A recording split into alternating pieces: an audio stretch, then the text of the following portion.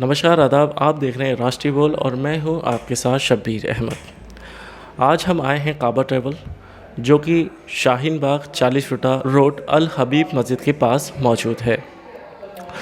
काबा travel काफ़ी वक्त से लोगों को किफ़ायती दरों पर हज और उम्रा कराता आ रहा है। आज हम मिलेंगे मिस्टर मोइज़ लारी साहब से, जो कि we make people trust NGO के ऑनर है। वह काफ़ी वक्त से लोगों की मदद करते आ रहे हैं ताकि वह अपने काम में मजबूत हो सकें और लोन लेने से बच सकें। हाल ही में लारी साहब उम्रा मुकम्मल करके वापस आए हैं और हम जानने की कोशिश करेंगे कि वहाँ के क्या हालात हैं।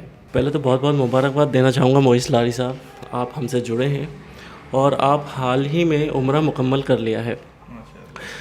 तो सबसे पहला सवाल मैं ये आपसे पूछना चाहूँगा, जो फ़र्स्ट टाइम अगर उम्रा करने जा रहा है एक हाजी, तो उसको किन किन चीज़ों से परेशानी उठा सकता है? अस्सलाम वालेकुम। तभी बहुत बहुत शुक्रिया आपका कि आप लोग यहाँ आए और एक ऐसी चीज़ के बारे में पता कर रहे हैं कि जो लोगों के लिए बहुत ज़रूरी है जानना, जो लोग उम्रे पे जा रहे हैं। क्योंकि बेसिकली छोटी छोटी चीज़ें होती हैं, लोगों को पता नहीं होता। उसमें सबसे कंसर्न ये है कि सबसे पहले 2-3 चीज़ें आप समझ लें। उम्रे में जाने से पहले आपको पहले क्या जानकारी लेनी चाहिए और जाने के बाद किन किन चीज़ों का एहतियात बरतना चाहिए। जाने से पहले आपको सबसे पहला काम ये है कि जिस भी टूर ऑपरेटर के थ्रू जा रहे हैं, जैसे कि मैं तो गया था काबा ट्रैवल जो शाहीन बाग में है, उनके थ्रू। तो उन्होंने अल्हम्दुलिल्लाह जो चीज़ें मुझे बताई कि भाई होटल कितनी दूरी पे है, क्या क्या सर्विसेज आपको मिलेंगी, ट्रांसपोर्ट का कैसे आपका होगा, बंदा आपके साथ कौन सा जाएगा, वो सारी चीज़ें जो हमने पूछी अल्हम्दुलिल्लाह वहाँ पे मिली। तो हमें तो कोई शिकायत नहीं थी उनसे। दूसरा, आपके लिए यही है कि जिसके थ्रू आप जा रहे हैं, सबसे पहले आप उस बंदे की जानकारी ले लें कि वो बंदा रेगुलर भेज रहा है और वो जो सर्विसेज दे रहा है उसके पास भी कोई ऑथेंटिक वीडियो वगैरह है या नहीं है। ठीक है। वहाँ पे पहुँचने से पहले क्या होता है कि जब आप सब कुछ बुक कर लें तो 3-4 तरीके से आप चीज़ों को मैनेज कर सकते हैं। पहला तो ये है कि जाने से पहले जो तैयारी है, लगेज का सबसे अच्छा ध्यान रखना है आपको कि लगेज आपका पूरा रैप होना चाहिए। आप खुला बैग नहीं ले जाएं। सूटकेस आप हो ट्रॉली वाला जो जिसमें पहिए लगे हुए हों, और ये ज़रूर पता कर लें कि हैंड कैरी का कितना वेट होता है और नॉर्मल जो वेट है आपके लगेज में वो कितना है, और वो हमेशा रैप होना चाहिए। अगर व्हील चेयर है तो वो ख़ास तौर पे रैप होके आप ले जाएं। रीज़न क्या है कि वहाँ पर आपका एयरपोर्ट पर 800-900 रुपये आपके लग जाएंगे। और जब आप ग्रुप के साथ जाते हैं तो सबसे दिक्कत वाली बात क्या आती है कि आपको वहाँ पे लैंग्वेज प्रॉब्लम है। तो आप सबसे पहले यहाँ पर अपना ग्रुप लीडर डिसाइड कर लें कौन होगा और उसको ही फॉलो करें। अपना कोई भी दिमाग नहीं लगाएं कि आप अपने से हम चेकिंग कर लें या आप अपने से चेकआउट चले जाएं, आप बस में जाके बैठ जाएं। आपको ग्रुप लीडर अगर अपॉइंट कर दिया गया है तो आप आसानी के लिए आप उसको फॉलो करें। क्योंकि जब आपकी फ़्लाइट लैंड होती है जद्दा पे तो वो जो बंदे वहाँ पर खड़े होते हैं वो आपका वीज़ा देखते के साथ ही वो आपको बस में बैठा देंगे। अब वो बस वहाँ पे ले जाके कहाँ छोड़ेगी आपको, ये भी आपको पता होना चाहिए। तो ग्रुप लीडर जो होगा वो आपको हर चीज़ बताएगा। नहीं तो जब तक आप होटल पे पहुँच ना जाएं, आप बस से मत उतरिए। क्योंकि जितने भी होटल वाले होते हैं, जितने भी वीज़ा एग्रीगेटर होते हैं, उनकी ट्रांसपोर्ट से टाई अप्स होते हैं कि वो हाजी को होटल पे ही छोड़ेगा। बस वाला अपनी आसानी के लिए आपको कहीं भी रोड पे छोड़ के चला जाएगा। पर इस चीज़ का हमेशा एहतियात बरतें कि वो कुछ भी बोले, जब तक आप अपने ग्रुप लीडर से आप बात ना कर लें या जो ज़िम्मेदार है आपका आप उससे बात ना कर लें, आप बस मत छोड़िएगा। होटल आप पहुंचते हैं तो सबसे आसान तरीका यही है कि आप पहले से कम्युनिकेट में रहें कि आपका शेयरिंग रूम है या सेपरेट रूम है, या आप ग्रुप में जा रहे हैं तो किस तरीके से वो मैनेज हो रहा है। तो बेहतर अगर आपको आसानी रखनी है तो आप सेपरेट रूम में जाएं, भले होटल कोई सा भी हो। उससे एक तो बेपर्दगी नहीं होगी और आपको टेंशन नहीं रहेगी कि आपकी रूम की चाबी किसके पास है किसके पास नहीं है। तो ये सारी चीज़ें आपको हमेशा ध्यान में रखना चाहिए जाने से पहले, जो होटल्स के और बाकी चीज़ों की है जो ग्रुप में आपके दी गई है, ये सारी चीज़ें आपको करनी है। अच्छा लारी साहब, मैं आपसे ये कहना चाहूँगा कि जो पहली बार अगर उम्रा करने जा रहा है तो वो क्या क्या सामान लेकर जाए अपनी ज़रूरत के लिए? नहीं, सामान तो देखिए ग्रुप में अगर आप जा रहे हैं, अगर आपने किसी बंदे से पूरा पैकेज लिया हुआ है तो आप खाने के साथ पूरा पैकेज लें। विदाउट खाना ना लें, क्योंकि आपको नहीं पता वहाँ का टेस्ट कैसा है। खाने की अगर टेंशन अगर आप लेके जाएंगे तो आप इबादत नहीं कर पाएंगे, ठीक है। ज़रूरत की जो चीज़ें हैं तो सबसे पहले तो आप स्नैक्स फूड्स काफ़ी लेके जाएं, मतलब जो आप डेली यूज़ में, क्योंकि वहाँ पे चीज़ें बहुत महंगी हैं।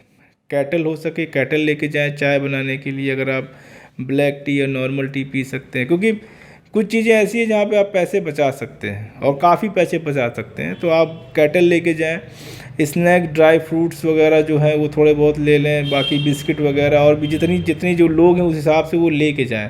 वहाँ पर मिलता तो सब कुछ है, पर यहाँ के मुकाबले वहाँ पे चीज़ें महंगी हैं, तो फिर आपको खलेगा, क्योंकि हम इंडियन क्या जो भी पहली बार जाता है वो कैलकुलेट करता है कि अरे यार अगर हमने वहाँ पे 2 रियाल की चाय पी ली तो इंडिया में कितनी होगी, यहाँ पे 50 रुपए की हो जाएगी। तो 50 रुपए की चाय तो यहाँ पे गिनती के लोग पीते होंगे, तो ये दिक्कत होती है। तो अपनी प्लेट्स रख लें खाने के, और कोशिश करें कि जो खाना आप मतलब कुछ ऐसे प्लास्टिक के बॉल्स हों जिसमें आप खाना ला के रूम में खा लें, तो वो आपके लिए आसानी है।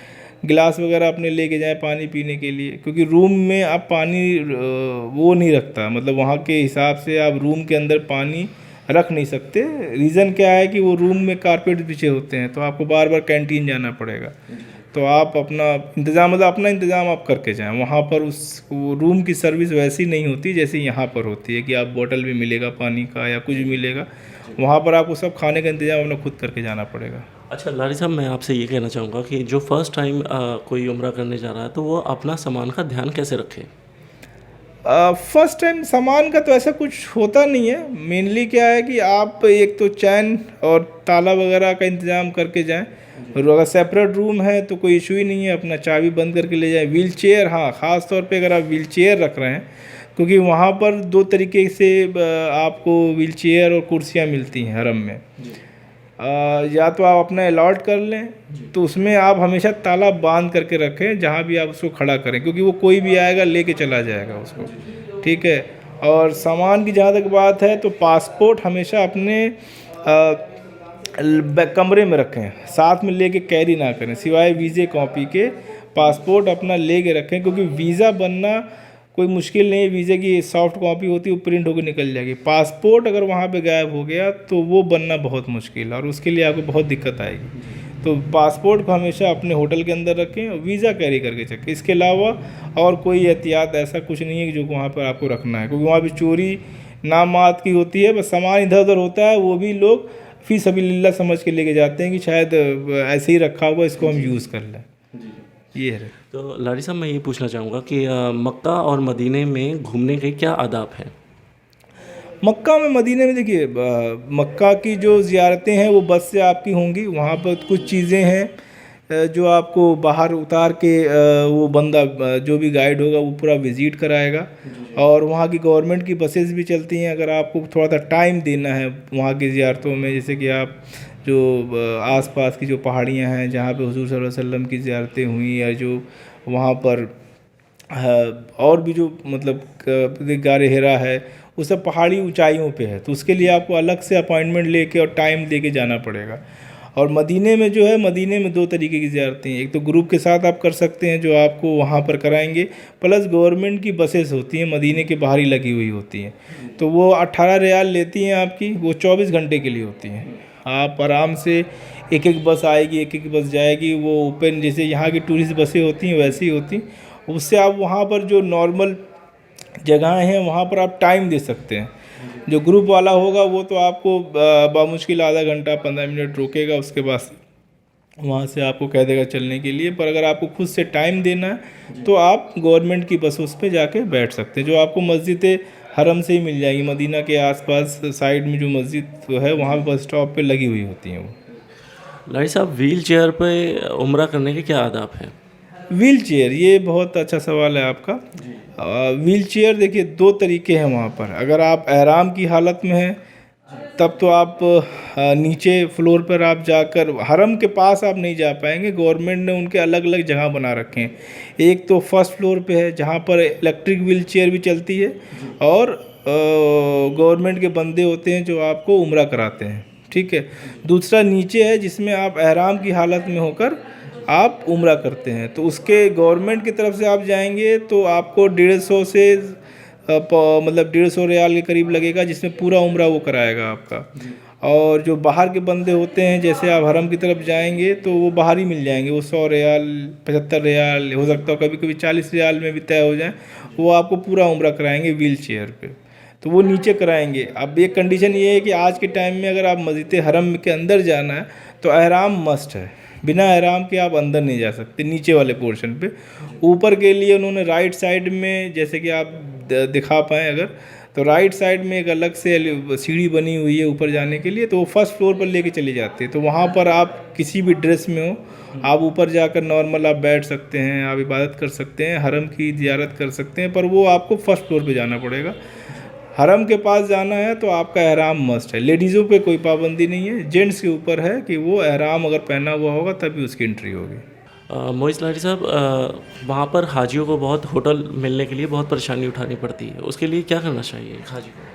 नहीं, उसमें सर देखिए, होटल का सबसे बड़ा कंसर्न होता है कि जैसे कि वहाँ के जो होटल्स हैं वो ओवर पैक होते हैं। सबसे बड़ी बात, एक आदमी पे एक रूम पे कम से कम 10 लोग खड़े होते हैं। तो सबसे पहले जो लोग यहाँ से जा रहे हैं उनको ये हमेशा ध्यान में रखना चाहिए कि जो होटल्स वहाँ के होते हैं वो बड़े छोटे होते हैं, रूम छोटे होते हैं, या उनको छोटा कर दिया जाता है एक्स्ट्रा बेड डाल के।